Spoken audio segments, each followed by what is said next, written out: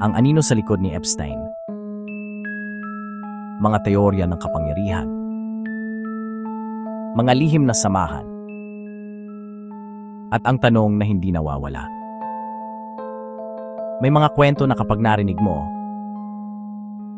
hindi mo na kayang balikan ang dati mong paniniwala tungkol sa mundo. Hindi dahil napatunayan ang lahat, kundi dahil sa mga tanong na hindi na nawawala. Isang bilyonaryong finansier, isang pribadong isla, isang network ng mga makapangyarihang tao, mga politiko, royalty, negosyante, at celebrity. At isang lalaki na di umano'y may kakayahang magbukas ng pinto sa pinakasaradong mga bilog ng kapangyarihan sa mundo. Ang pangalan niya, Jeffrey Epstein. Ngunit ang mas nakakabahalang tanong ay hindi kung sino siya. Ang mas nakakatakot na tanong ay ito. Paano siya nagkaroon ng ganoong kapangyarihan? Paano nakapasok ang isang misteryosong finansya sa mga pribadong eroplano ng mga pangulo, sa mga mansyon ng mga bilyonaryo, sa mga lihim na pulong ng mga global elite? At kung totoo ang ilang teorya na matagal nang umiikot sa ilalim ng internet, kung totoo na may mas malalim na network sa likod ng lahat, isang network na sinasabing konektado sa mga lihim na organisasyon, mga kapangyarihang matagal nang pinaghihinalaan ng mundo. Illuminati. Isang salitang madalas pagtawanan. Isang ideyang madalas tinatawag na baliw. Pero minsan, ang pinakamapanganib na tanong ay hindi kung totoo ba ang isang teorya. Ang tanong ay ito: bakit napakaraming tao ang naniniwala na maaaring totoo ito? Kung interesado kayo sa mga dokumentaryong tulad nito, mga kwentong hindi madalas pag-usapan sa mainstream media, mag-subscribe sa Anino ng Makabagong Mundo. Dahil minsan, ang pinakamahalagang mga tanong ay ang mga tanong na walang gustong sagutin. Chapter 1. Ang misteryo ni Jeffrey Epstein.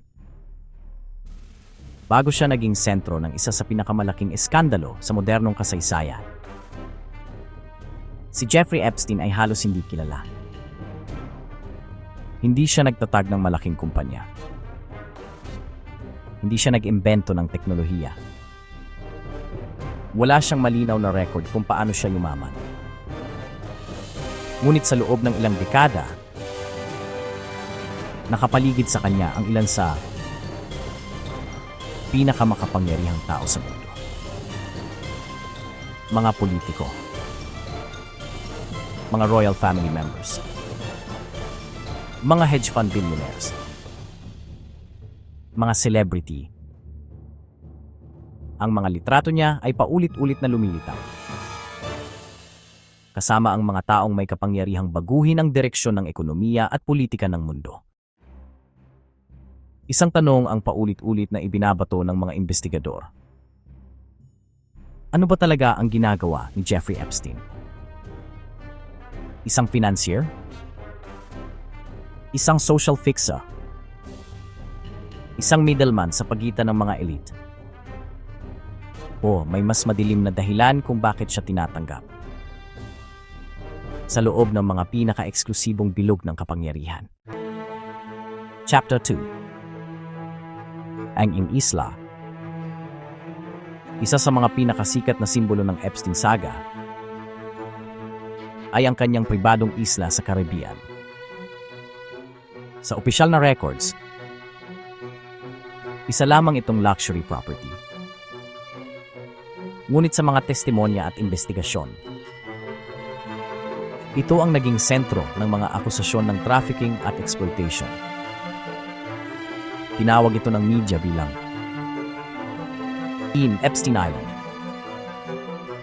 Isang lugar kung saan sinasabing dinala ang mga makapangyarihang bisita.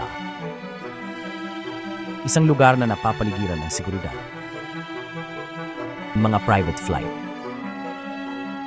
Mga logbook na kalaunan ay naging bahagi ng mga investigasyon. Ngunit habang lumalabas ang mga pangalan sa mga dokumento, lalo lamang lumalaki ang isang tanong. Sino ang tunay na may control sa network na ito? Si Epstein ba mismo o isa lamang siyang tagapamagitan? Chapter 3. Ang mga teorya. Kapag may malaking iskandalo, lumilitaw ang mga teorya. At sa kaso ni Epstein, ang mga teorya ay halos walang katapusan. May nagsasabing isa siyang blackmail operator. Ayon sa teoryang ito, ang kanyang network ay ginagamit upang kompromisuhin ang mga makapangyarihang tao. Kung may mga kompromisong larawan, video, o impormasyon, ang mga ito ay maaaring maging sandata. Sandata ng impluwensya. Sandata ng kontrol. Hindi ito bagong ideya sa kasaysayan. Ang kompromat,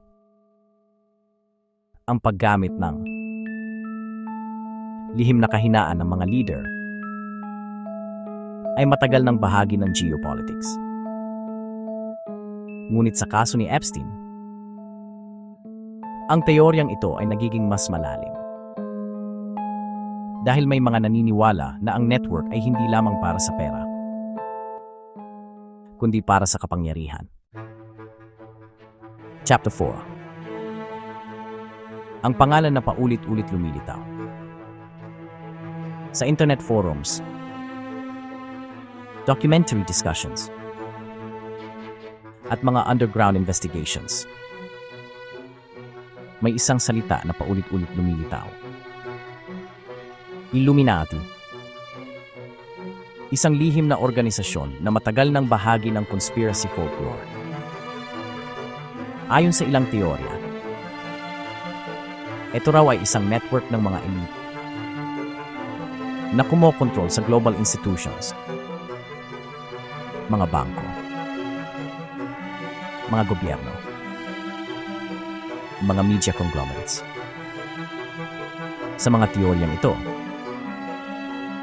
ang mga iskandalo tulad ng Epstein saga ay hindi aksidente. Ito raw ay bahagi ng mas malawak na sistema ng kontrol. Ngunit mahalagang linawin. Walang matibay na ebidensya na nag-uugnay kay Epstein sa anumang organisasyong tinatawag na Illuminati. Gayunpaman, iyong tanong sa ay nananatili. Kung walang mas malalim na network, bakit napakaraming makapangyarihang tao ang konektado sa kanya? Chapter 5. Ang kamatayan na nagdulot ng mas. Maraming tanong. Noong 2019, natagpuan si Jeffrey Epstein na patay sa kanyang selda. Opisyal na konklusyon. Suicide. Ngunit halos agad, sumabog ang internet sa mga teorya. Maraming tao ang hindi naniwala. Bakit? Dahil sa mga kakaibang pangyayari. Mga security camera na di umano'y hindi gumagana.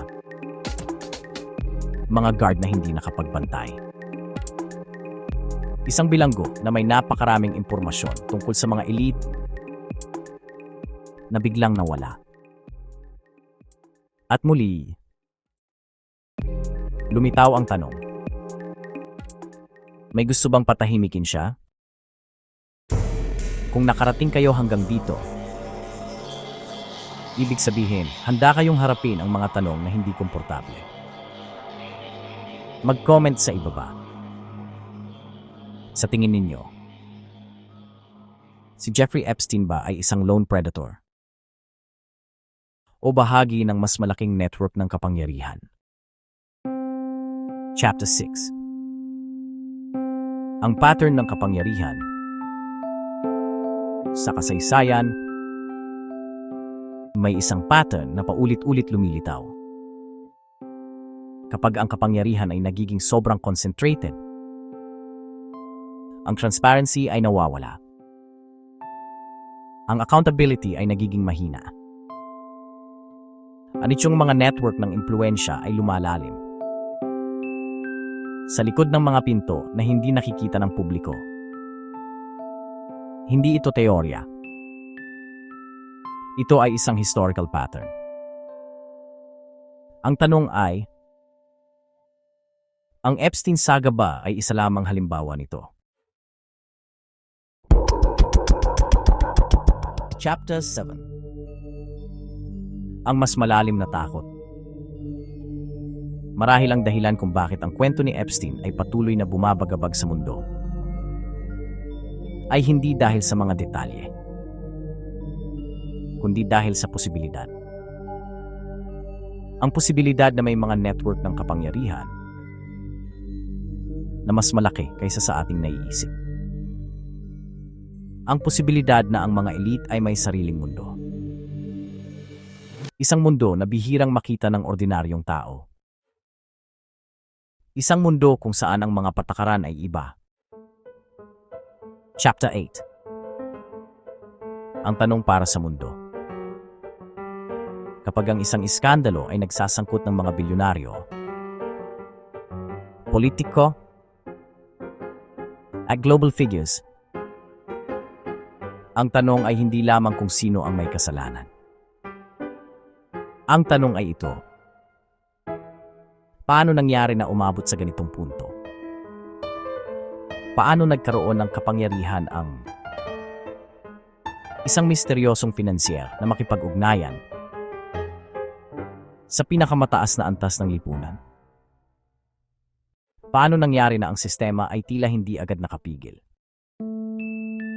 Maaring hindi natin malalaman ang buong katotohanan. Maaring ang ilang lihim ay mananatiling lihim. Ngunit ang Epstein saga ay nag-iwan ng isang aral sa mundo. Ang kapangyarihan,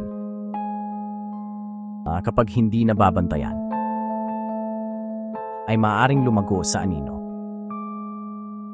At sa mga aninong iyon,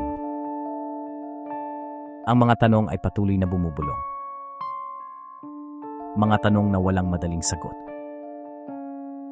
Mga tanong na patuloy na humahabol sa ating konsensya bilang lipunan. Ang tanong ay hindi kung may Illuminati ba. Ang tanong ay mas simple at mas nakakatakot. Gaano kalakas ang mga taong may kapangyarihan kapag walang nakakakita sa kanila? Kung gusto ninyo ng mas malalim na mga dokumentaryo tungkol sa kapangyarihan, kasaysayan, at mga anino ng modernong mundo, mag-subscribe sa Anino ng Makabagong Mundo. Dahil minsan, ang pinakamahalagang katotohanan ay hindi ang mga sagot, kundi ang mga tanong na ayaw mawala.